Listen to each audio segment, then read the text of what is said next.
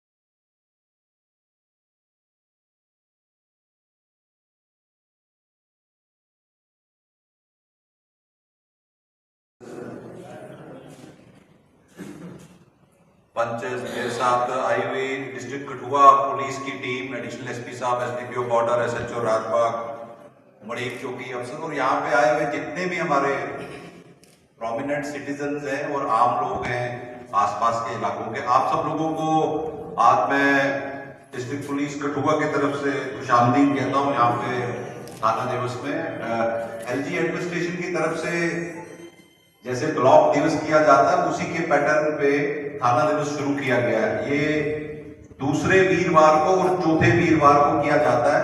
ये कल था लेकिन किसी कारणवश हम नहीं कर पाए थे। कल यहाँ पे चीफ जस्टिस हाई कोर्ट की विजिट थी और आज हमने ये रखा हुआ है, और बहुत दिनों से लोगों की डिमांड थी कि ये बॉर्डर एरिया में होना चाहिए, तो बॉर्डर एरिया में आज हमने किया। और बहुत सारे लोगों ने बातें की। मैं पिछले 1-1.5 साल से ये हूँ। रवि जी कह रहे थे कि जाते जाते, तो अभी तो जाते जाते नहीं है।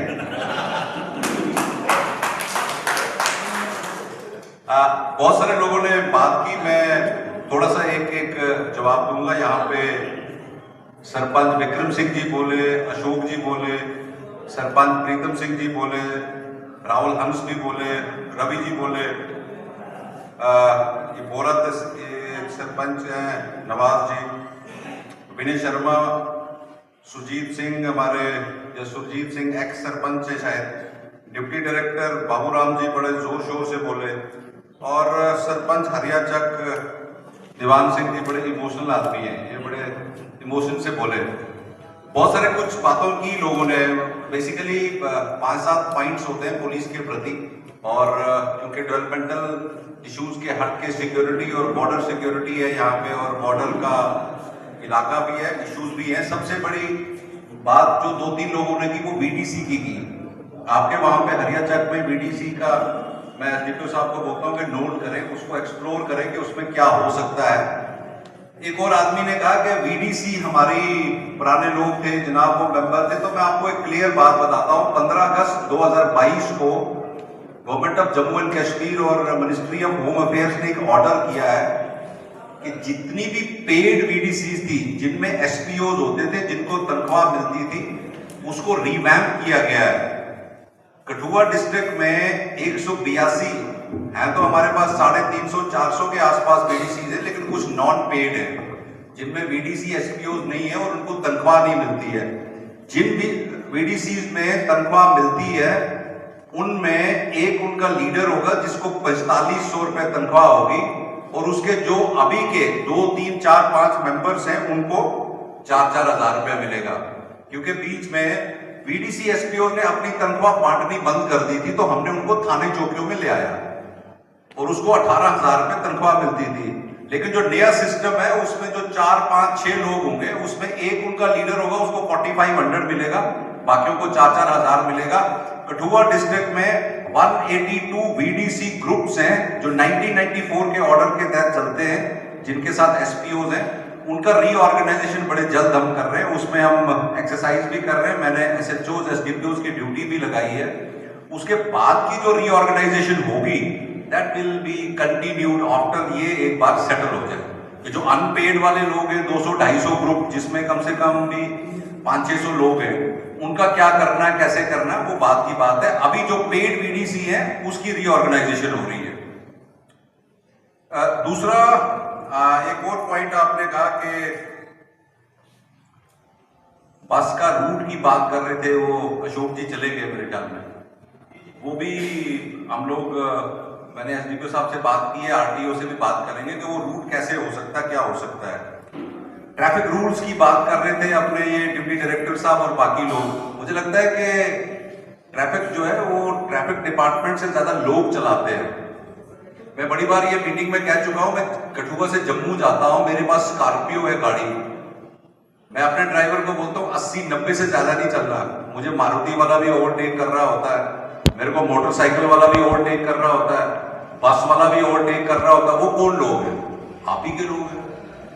उसमें 80% गाड़ियां कठुआ से ओरिजिनेट होती हैं। जब आप अपनी गाड़ी को चलाने के लिए तरीके से, सिस्टम से चलेंगे, ये चीजें ऑटोमेटिकली सेटल हो जाएंगी। कहीं पे रोड का इश्यू है, रोड इंजीनियरिंग की प्रॉब्लम है, आपके नेशनल हाईवे पे हर साल अभी तक 79 लोगों की डेथ हो चुकी है, लखनपुर से लेके गगवाल लोडी मोड़ तक। आपके इस नेशनल हाईवे पे बहुत बड़ा फैटल इशू है और ये वो लोग हैं जिनकी मौत हो गई है। 1800 लोग ऐसे हैं जिनको माइनर से मेजर इंजरीज हुई हैं। इतनी डेथ्स तो कोरोना में भी नहीं हुई थी। तो ये आप सब लोगों को सोचने की बात है। पुलिस हर जगह नहीं हो सकती, पुलिस डंडा मार के हर एक आदमी को हेलमेट नहीं डलवा सकती। ये जो मोटरसाइकिल वाले लड़के पटाखे चलाते हैं या पुल पे होते हैं, वो हम लोगों की नजर में है। एसडीपीओ साहब भी उसमें जाते हैं, एसएचओ साहब भी जाते हैं। अगर किसी आदमी को कोई चीज दिखती है, वो एक फोटो खींच के भेज दे, एसएचओ को भेज दे, डीएसपी को भेज दे। अगर कार्रवाई नहीं हो रही है, मेरे को भेज दे। ड्रोन्स का एक बहुत बड़ा इशू है यहाँ पे। मैं आपको बात बता दूं कि बहुत सारे ड्रोन्स आते हैं और यहाँ पे हथियारों की खेप गिरती है और कई बार कश्मीर भी चली जाती है। जो दिल्ली में ड्रोन पकड़ा गया था, उसमें जो हथियार बरामद हुए थे, उसमें आपका जखोल का लड़का, एक जिसका नाम है मियां सुहेल, वो पकड़ा गया। धनी बागता के साथ जखोल में वो लड़का रहता था, बकरवालों का, वो उसमें इन्वॉल्व था, जो अरेस्ट है। चैनपुरा का एक मुन्नी मोहम्मद है हरिया चक का, जिसकी शायद डेथ हो गई जेल में, वो उसमें इन्वॉल्व था। और जब वो लड़का हमने उठाया और राजबाग पुलिस स्टेशन में उसकी इंटेरोगेशन चली, इनपुट थी, तो आप में से बहुत सारे लोग आके उसकी सिफारिश करते थे, जनाब शरीफ है, गरीब है, छोड़ दो, ये कर दो, वो कर दो। कई बार आपको पुलिस के ऊपर भरोसा करना पड़ेगा। और जब उसकी इन्वॉल्वमेंट एस्टेब्लिश हुई, जम्मू का मेन कंड्यूट पकड़ा गया, उसने माना कि हाँ मैं इसमें इन्वॉल्व हूं। एक रशीद लड़का हरिया चक का है। ये 4 लड़के आपके ड्रोन ड्रॉपिंग्स में इन्वॉल्व हैं और बहुत सारे हैं हमारी नजर में हैं। किसी दिन अगर बॉर्डर पे हमें कोई मिला तो वो जिंदा भी नहीं बचेगा। लेकिन आप लोगों का रोल इसमें और ज्यादा इंपॉर्टेंट हो जाता है। जो लोग बॉर्डर पे हैं, मैं अब गांव का रहने वाला हूं, मेरे गांव में अगर रात को कोई मूवमेंट हो जाए तो हमारे लोगों को मालूम चलता है। कठुआ में मैंने देखा कि लोगों को 10 बजे के बाद पता नहीं चलता है। बहुत सारे लोग लाल दवाई की इन्फ्लुएंस में होते हैं।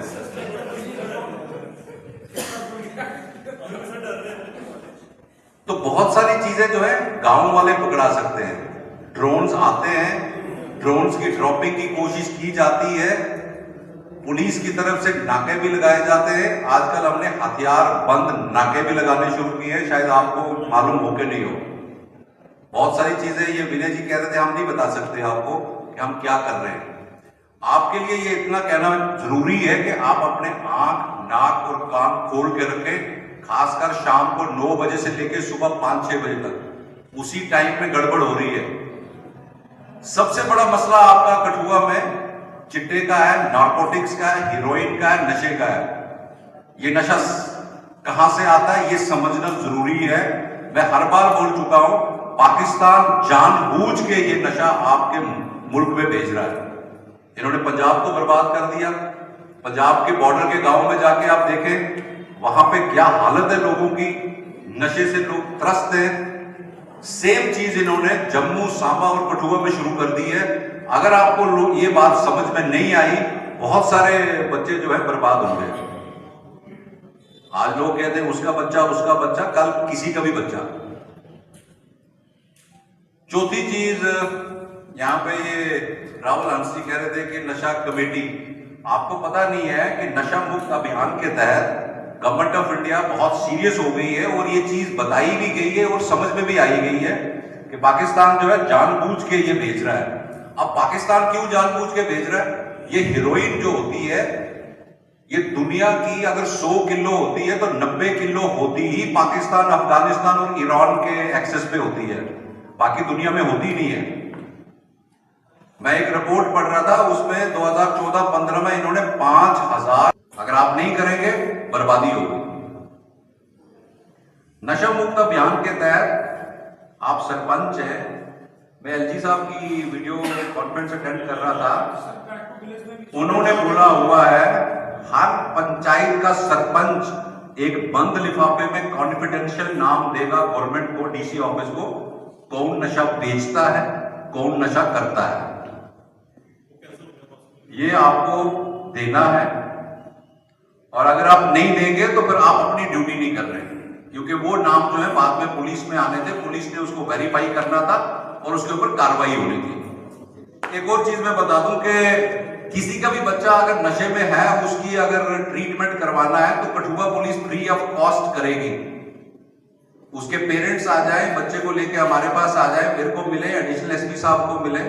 लखनपुर में त्रिकुटा कॉलेजेस हैं वो, उसके अंदर पंजाब का एक ड्रग डी एडिक्शन सेंटर चलता है बड़े सालों से।